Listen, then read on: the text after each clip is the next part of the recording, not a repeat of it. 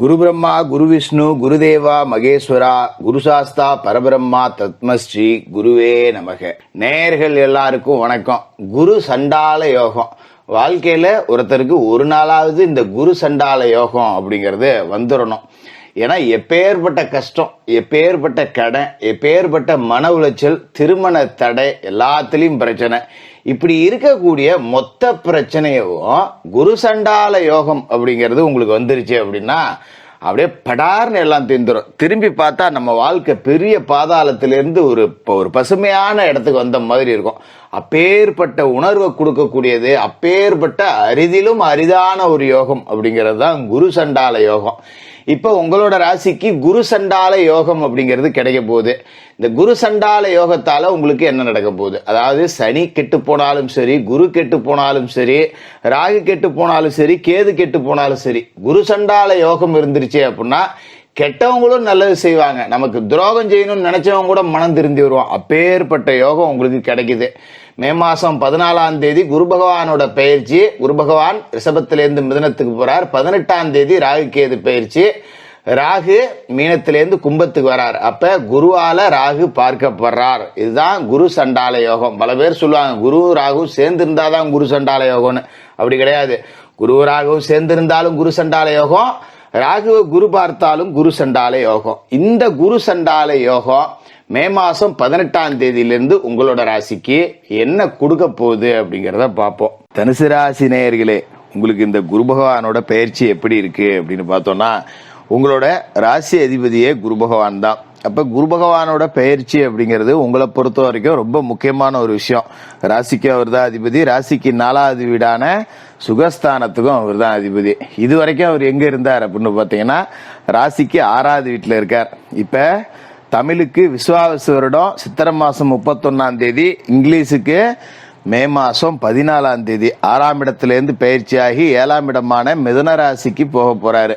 மிக அற்புதமான ஒரு மாற்றம் அப்படின்னு இதை சொல்லலாம். அதாவது பொதுவாகவே குரு பகவான் பார்த்தீங்கன்னா 2, 5, 7, 9, 11 இந்த இடங்கள்லாம் இருந்தார் அப்படின்னா அற்புதமான பலன்களை கொடுக்க போறாரு அப்படின்னு அர்த்தம். அந்த வகையில உங்களோட ராசிக்கு 7வது வீட்டுக்கு குரு போறார். இது வரைக்கும் இருந்த 6 அப்படின்னு பாத்தீங்கன்னா 6ல் குரு, ஊரில் பகை. ராசி அதிபதி 6ல் மறைஞ்சிருந்து உங்களுக்கு நிறைய பிரச்சனைகள் அப்படிங்கிறத கொடுத்துருப்பாரு.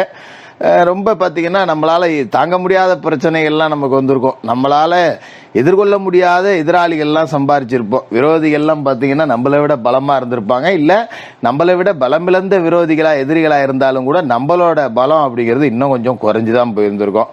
அந்த வகையில தான் இருந்திருக்கும். மறுபக்கம் பார்த்தீங்கன்னா உங்களுக்கு அர்த்தாஷ்டம சனியோட ஆதிக்கம் அப்படிங்கிறது தொடங்குது. சனி பகவான் இது வரைக்கும் இருந்த 3வது இடம் அப்படிங்கிறது அற்புதமான இடம். இப்ப 4வது வீட்டுக்கு அவர் போயிருக்காரு. அப்படிங்கிறப்ப சனியால பலன் இல்லை. நல்ல வேலையா இந்த அர்த்தாஷ்டம சனியோட ஆதிக்கத்தை குறைக்கிறதுக்காக இந்த மகா குரு பயிற்சி வருது அப்படின்னு எடுத்துக்கலாம். இந்த குரு பயிற்சி காலகட்டம் அப்படிங்கிறது குரு பகவான் 7வது வீட்டுக்கு போறார். சப்தம குரு அப்படின்னு சொல்லுவோம், கலத்தர குரு அப்படின்னு சொல்லுவோம். அற்புதமான இடத்துக்கு குரு பகவான் போயிருக்கார். 7ல் குரு அப்படின்னா கூட்டு தொழில் நல்லா இருக்க போகுது அப்படின்னு அர்த்தம். இப்போ ஒரு தொழில் செஞ்சுக்கிட்டு இருக்க, பெருசா முதலீடு போட முடியல, இருக்கிற காசை வச்சு ஓட்டிக்கிட்டு இருக்கேன், இன்னும் 2 லட்சம் இருந்தா நல்லா இருக்கும் அப்படிங்கிற நிலைமையில கடன் வாங்கி போடலாம் அப்படின்னாலும் கூட கொஞ்சம் யோசனையா இருக்கும். ஏன்னா தனுசு ராசிக்காரர்கள்லாம் பெருசா வாழ்க்கையில ரிஸ்க் எடுக்கணும் அப்படின்னா கொஞ்சம் பயம் இருக்கும். நமக்கு எதுக்கடா தேவையில்லாத நம்ம உண்டு நம்ம பொழப்பு உண்டுன்னு இருந்துருவோம் அப்படிங்கிற மாதிரி ஆளுங்க தான். அதனால கடன் வாங்கி முதலீடு போட பயப்பட்டுக்கிட்டு இருந்திருப்பீங்க, யோசிச்சுக்கிட்டு இருந்திருப்பீங்க. இப்ப குரு பகவானோட பயிற்சியால ஒரு நல்ல நண்பர் இல்ல உறவினர்கள் யாரோ 10 ரூபா முதலீடு கொடுத்து இந்தாப்பா நம்ம 2 பேரும் சேர்ந்து செய்வோம் அப்படிங்கிற நிலைமைக்கு வருவாங்க.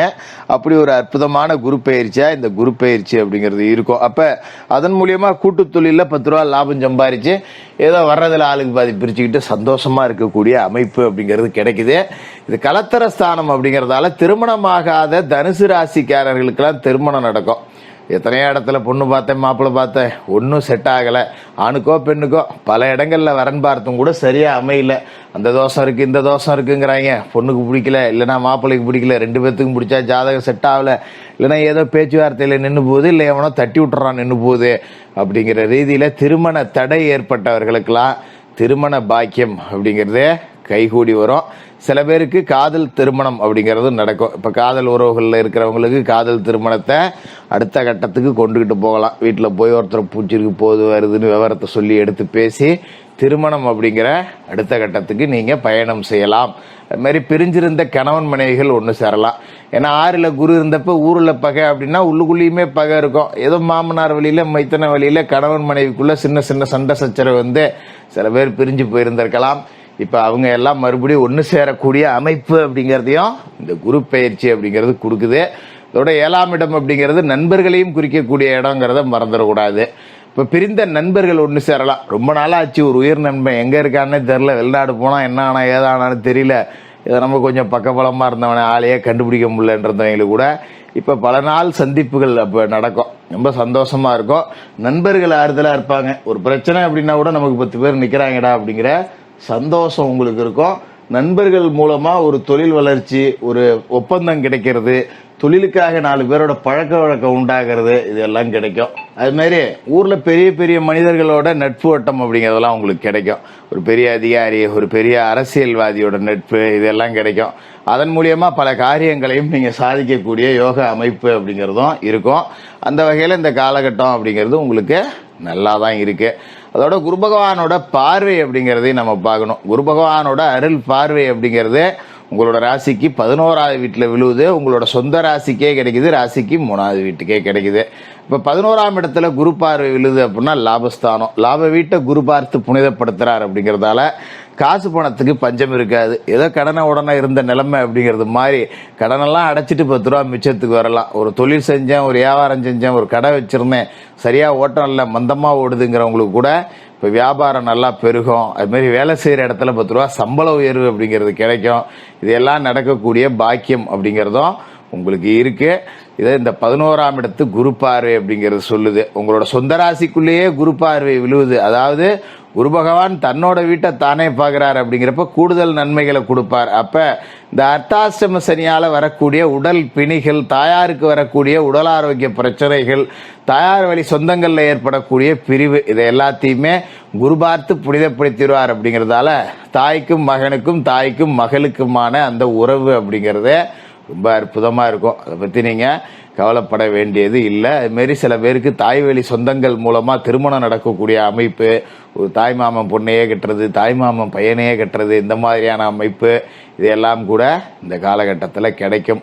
அதுமாரி உங்களோட சொந்த தேக ஆரோக்கியம் அப்படிங்கிறதும் நல்லா இருக்கும். ராசிக்கு 3ஆவது வீட்லேயும் குரு பார்வை விழுவுது. இது ரொம்ப அற்புதமான ஒன்று. ஏன்னா 3ஆம் இடத்துக்கு குரு பயிற்சியாகி அடுத்த 4 நாளில் ராகு வரப்போறாரு. ராகு கேதுக்களோட பயிற்சி அப்படிங்கிறதும் இருக்கு. அப்ப ராகு 3க்கு தனித்து வந்தார் அப்படின்னா அண்ணன் தம்பிகளுக்குள்ள சண்டை சச்சரவு உண்டாக்கி விட்டுருவார், பிரிவினைகளை உண்டாக்குவார். குறிப்பா இளைய சகோதரர்களுக்கு பாதிப்பு அப்படிங்கிறதையும் கொடுப்பாரு. நல்ல வேலையா குரு பார்க்க புனிதப்பட்டதால இளைய சகோதரர்கள் வாழ்க்கையில ஒரு முன்னேற்றம், இளைய சகோதரர்களால உங்களுக்கு நன்மை, அண்ணன் தம்பிகளுக்குள்ள சண்டை சச்சரவு இல்லாம ஒரு பூர்வீக சொத்துக்களை பிரிச்சிக்கக்கூடிய அமைப்பு, இது எல்லாத்தையும் இந்த 3ஆம் இட குரு பார்வை அப்படிங்கிறது கொடுக்குது. அப்படிங்கிறதால ரொம்ப சந்தோஷமாவே இருக்கும்.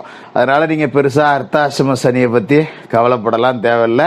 இந்த காலகட்டத்தில் ஒரு பூர்வீக சொத்து இருக்கு, தாத்தன் சொத்து, பாட்ட சொத்து, முப்பாட்ட சொத்து இருக்கு அப்படின்னா அதை பாக பிரிவினை செய்யறதுக்கு நீங்க ஏற்பாடு பண்ணிக்கலாம். யாரோ ஒரு முறையில சொந்த பந்தத்துல பெரிய ஆளுக்கு 4 பேரை வச்சுக்கிட்டு பாகம் பிரிச்சுக்கிட்டீங்கன்னா இந்த அப்பாவோ சொத்து, இந்த அப்பா என் சொத்துன்னு சண்டை சச்சரவு இல்லாமல் பிரிச்சுக்கலாம்.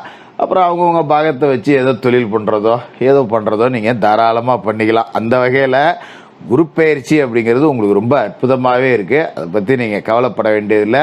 7ஆம் இட குரு அப்படிங்கிறவர் உங்களுக்கு எதிர்காலத்திற்கான நல்ல மாற்றங்களை கொடுக்கறதுக்குன்னே வராரு. சனிக்கிழமையில சனி பகவானுக்கு எள்ளு விளக்கு போடுங்க. மாற்றுத்திறனாளிகளுக்கு உங்களால் முடிஞ்ச உதவிகள் செய்யுங்க. குரு பார்க்க கோடி நன்மை. உங்களோட ராசிக்கே குரு பார்வை கிடைக்குது. அப்படிங்கிறதால கோடி நன்மைகள் கொடுக்கக்கூடிய குரு பகவானோட பயிற்சியாக இருக்கும். தனுசு ராசிக்காரர்களுக்கு வாழ்த்துக்கள்.